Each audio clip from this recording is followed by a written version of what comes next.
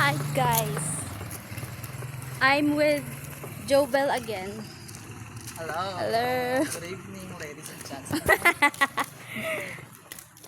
Jumataw mo. Gagawin lagi ka din. Oh, For me. for memories, for documentation. So, ang Video sa dito. nagabi karon ganina si Miss G, ako ug si Jobel. Mag-video sa daw siya palupig ba yun? Video sa dito. Cute kayo akong hair clip.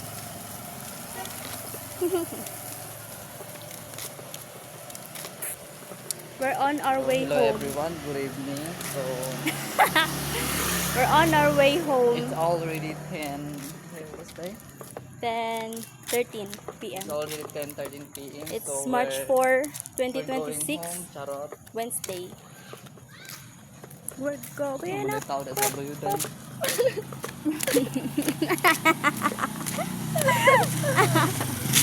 Ano di ay? Dad lang, nagbaklay me, kaya ma-exercise me. Ang garay po. Pero, ang tinod, bitaw, mami kwarta. Mami pamiliti bayot. Pero pasimangin lang may exercise. Nagdili lang sa mga dili, di ba? Nagdili lang sa mga kuan, mga driver, sa mga bromers.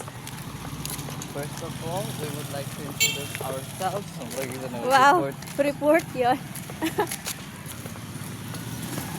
Nana mi diri dapit sa Zona Tres.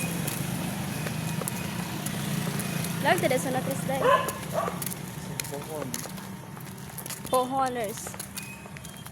Nakoy chika sa inyo. Si Jobel wala siya giin bitaw gahapon kaya dito siya nag-in sa Pikas. Correct. Dito siya sa kuan. Taas og kuan, payout. As of day. Zona Tres.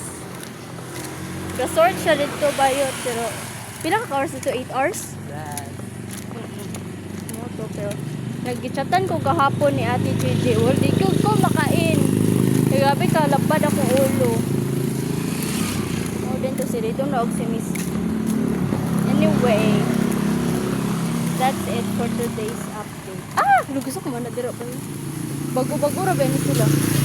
Oo. Sorry, guys, oh. Bago po. Data. Data. Tao ba? Tsada gyud ang ano ba makatsada sa ambience ang ingana nga light.